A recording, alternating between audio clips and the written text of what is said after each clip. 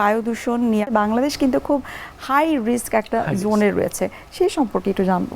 বাংলাদেশ অনেক কিছুরই high risk জোনে আছে, যেমন ভূমিকম্প, ঘন ঘন ভূমিকম্প হচ্ছে। সবচেয়ে বড় রিস্ক যেটা, সেটা হচ্ছে বায়ু দূষণ। ঢাকা বলুন বা অন্যান্য বড় বড় যে মেট্রোপলিটন সিটি বলুন, এগুলো কিন্তু সারা বিশ্বের মধ্যে বায়ু দূষণের দিক দিয়ে শীর্ষ পর্যায়ে রয়েছে। তারপর আছে দিল্লি, লাহোর, এগুলো আছে।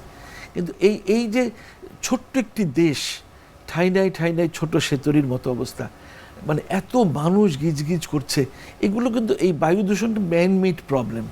আপনি আগে চিন্তা করেন, আগে কিন্তু এত বায়ু দূষণ ছিল না।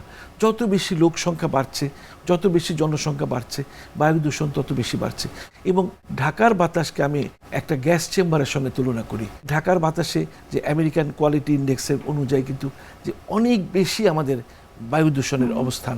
সেখানে লিড বলুন, এবং নতুন যেটা এক তথ্য, যে খারাপ ধরনের একটা লিড ঢাকার বাতাসে পাওয়া গেছে, যেটা অত্যন্ত ভয়ঙ্কর শ্বাসতন্ত্রের জন্য। এগুলির ব্যাপারে সরকারকে এবং সবাইকে সচেতন হতে হবে।